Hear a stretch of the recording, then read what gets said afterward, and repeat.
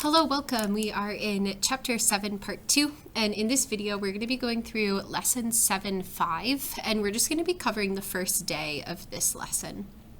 In Lesson 7.5, we are going to start solving some equations using logarithms.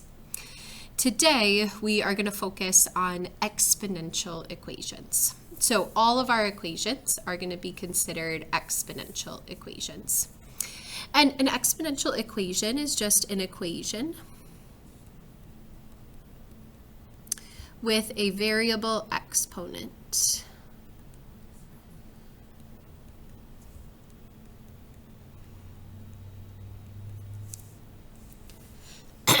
So what you'll notice with all of our equations is all of our equations are going to have a variable or an x in the exponent of the equation. And we might have more than one, but as long as we have one x in our exponent, that's going to make it an exponential equation. Now, as we solve these, there's basically going to be two types of equations. In one type of equation, we're just going to have one exponent. So we'll see here we just have one exponent. Even though there's multiple things in that exponent, this is still just one. In our other situation, there will be two exponents. So you'll see an exponent on each side of the equation. And the way that we solve each of these is going to be slightly different. So if we only have one exponent, then what we're going to do is we're going to use the circle method to rewrite our equation as a log and then solve. Now, we've already practiced the circle method, so hopefully this is a skill that would look familiar. We could take this equation and we could write log base b of a is equal to x. So this expression here just kind of details that circle method. After we do the circle method, we should be able to solve that equation. So we'll go ahead and take a look at this type of equation first. In number one, I notice that we only have one exponent. And if we only have one exponent, my first step is to do a log. So I'm going to write log base 4 of 5 is equal to, and it's going to be this whole exponent, x minus 1. When we do the circle method, we write down our exponent. So anything that's a part of that exponent is going to go there. Now, if I look at this side of the equation, this log, I should be able to evaluate. This is just going to be a number. The way that we evaluated this log was we used what we call the change of base property. That was when we did the log of one number divided by the log of the other number. And we had to remember that the base always went on the bottom. So to evaluate that log on my calculator, I could do the log of 5 divided by the log of 4. I'm going to go ahead and write down 3 decimals. So I'll say 1.16 and I'll round up this 0 and make that a 1. So this is equal to 1.161. Then if I just kind of bring down that other side of my equation, we're left with that exponent x minus 1. And now this is a simple one-step equation that we should be able to solve. If we wanted to get x by itself, we could simply add 1 to the other side. And 1.161 plus 1 would be 2.161. And that would be my answer. So you can see that this process is using some of the things we've learned before. We've learned the circle method. We've learned how to type logs on our calculator. Let's try number 2. In number 2, I see again I have one exponent. And if we have one exponent, we're going to go ahead and rewrite this as a log. So this is going to be log base 3 of 27 is equal to my exponent, which is 2x. Again, this log, if I look at this side of my equation, I should be able to type that on my calculator.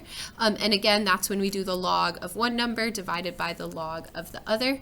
3 would go on the bottom since 3 is the base. So we would do the log of 27 divided by the log of 3, and that's going to be equal to 3. I can bring down that other side of my equation. That other side is just 2x. And again, we have this one-step equation now that we should be able to solve. If I wanted to get x by itself, we'd want to get rid of 2, and I could do that by dividing by 2. If we do 3 divided by 2, I am going to get a decimal, which is totally fine. We will most likely get decimals for answers in these equations. So you can see this process of if we only have one exponent, we do a logarithm, is using a lot of what we've learned before. Now, our other type of equation is going to be if we have two exponents. So this is when we have an exponent on each side of the equation. Now, we have this property which says if I have a base to some exponent and it's equal to that base to another exponent, as long as these bases are the same, what will happen is they will cancel. And we would just be left with that x is equal to y. So we could actually just get rid of the bases and set the exponents equal to each other. But that only works if our equations have the same base. So that's going to be my first step, is to always make sure that the base is the same, and then we'll be able to cancel those bases. So in number 3, when I look at this, I see this side has a base of 2 and this side has a base of 16. And right now, those are not the same. So what I'm going to do is I'm going to try to change them to make them the same. Now, I know that 16 could actually be written with a base of 2. So what I want to think about for 16 is 2 to what power is 16. That way I'm able to change that into a base. Now, I do know that 2 to the 4th power is 16. So instead of writing that base is 16, I could actually write it as 2 to the 4th power. That way, my bases are the same. Now, the question is kind of what happens with the rest of the equation. Well, I'm not changing anything on this side, so this will stay 2 to the 3x power. And on this side, the rest of that exponent, that x plus 4, is just going to come down and we're going to write it next to that power that we changed it into.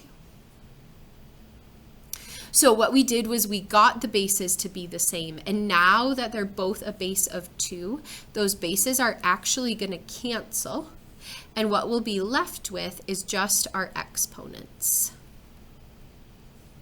So on this side, I would just be left with that 3x, and on this side, I would be left with that 4 times x plus 4. And now we should be able to solve this equation. Whenever we have parentheses, we should be able to distribute. So that will give me 4x plus 16. I'll go ahead and subtract 4x. 3x minus 4x is negative 1x, and we'll be left with 16. And if we divide by negative 1, x will be negative 16.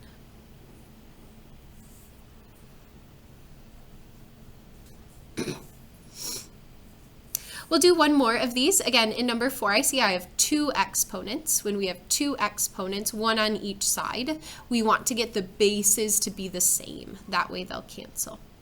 Right now, 9 and 27 are not the same base. Now, if I were to try to rewrite 27 as a power of 9, I can't do 9 squared because that's 81. And 9 to the 1st power is just 9. So I run into this problem where I can't change the base of 27 into a base of 9. What that means is I'm actually going to have to change both bases. So I'm going to think about a base that would work for both 9 and 27. And as I think about that, that's actually going to be a power of 3. I know that 9 would be the same thing as 3 squared. And I know that 27 would be the same thing as 3 cubed. Now, if you struggle with that, it might just have to be a little bit of guess and check. You might just have to use your calculator and try some things and see what works based on what base you could turn both of those numbers into. Again, the rest of my exponent, so that 8 minus x is just going to go next to the 2 there, and this x minus 3 is just going to go next to the 3 there. So those exponents don't disappear, we just keep them and write them next to that power. Once our bases are the same, they will cancel, so I'll be left with just my exponent, which is that 2 times 8 minus x, and on the other side, 3 times x minus 3. And then again, this should be an equation that I'm able to solve.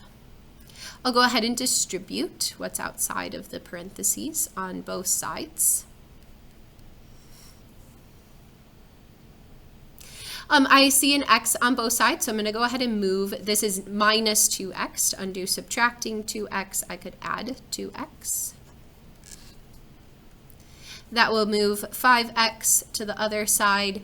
Here I'm subtracting 9, so I'll go ahead and add 9. That will give me 25. And if we divide by 5, x will be 5. So anytime we have two exponents, you're going to work to get your bases to be the same and then cancel them to get your equation to solve. So as you're solving these, just pay attention. Do you have one exponent and you need to do a logarithm? Or do you have two and you're working to cancel those bases?